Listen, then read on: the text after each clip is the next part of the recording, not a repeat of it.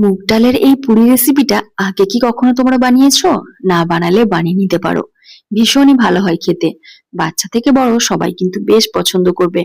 আর বানানো তো ভীষণ ইজি। আর সব থেকে বড় কথা, এই পুরিটা খাবার জন্য কোনো তরকারির প্রয়োজন হয় না। শুধু শুধুই খেয়ে নিতে পারো, এতটাই ভালো হয় খেতে। ব্যাস শুধু একটু টমেটো কেচাপ থাকলেই যথেষ্ট। তো পুরিটা বানানোর জন্য প্রথমে আমি যেটা করব, 1 কাপের মতো মুগ ডাল নিয়ে নিলাম। তারপরে দেখো জল দিয়ে ভালোভাবে আমি ডালটাকে ধুয়ে নিচ্ছি। 2 থেকে 3 বার জল পাল্টে পাল্টে ভালোভাবে ধুয়ে নেবো। তারপর আধ ঘন্টা আমি এটাকে রেস্টে রেখে দিচ্ছি।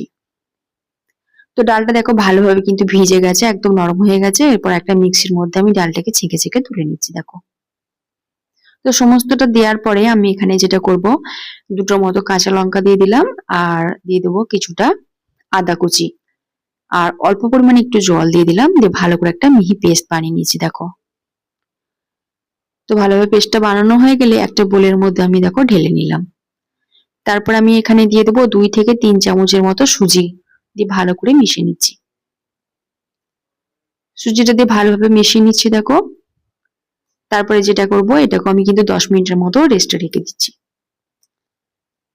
তারপর 10 মিনিট পর এখানে আমি কিছু দেখো মশলা অ্যাড করে দিচ্ছি। তার জন্য এখানে আমি দিয়ে দিলাম 1 চামচের মতো হলুদ গুঁড়ো, 1 চামচের মতো নুন দিয়ে দিলাম, দিয়ে দেবো গোটা জিরে, আর দিয়ে দেবো কিছুটা জোয়ান, অল্প পরিমাণে হিং দিয়ে দিলাম, আর দিয়ে দেবো কাসুরি মেথি, কিছুটা চিলি ফ্লেক্স, আর অল্প সাদা তেল দিয়ে ভালো করে দেখো মিশিয়ে নিচ্ছি। তো ভালোভাবে মেশানো হয়ে গেলে এরপরে যেটা করব, আমি এখানে নিয়ে নিচ্ছি দেখো কিছুটা পরিমাণ আটা, গমের আটা যেটা আমরা রুটি খাই, সেই আটা কিন্তু আমি নিয়ে নেব। একবারে দেবো না, অল্প অল্প করে দিয়ে কিন্তু আমি ডোটাকে মাখতে থাকবো। তো ভালোভাবে মেখে নিচ্ছি দেখো, বেশ কিছুক্ষণ ধরে কিন্তু মেখে নিয়ে আমি একটা শক্ত ডো কিন্তু তৈরি করে নিচ্ছি।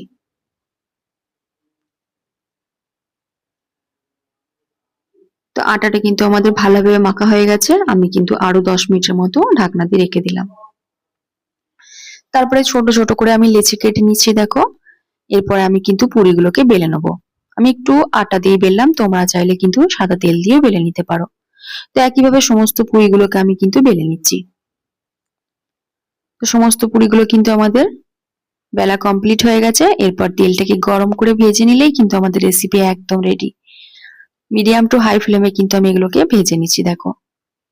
খেতে ভীষণই ভালো হয়, আর পুরিগুলো কিন্তু ভীষণই ক্রিস্পি হয়েছিল।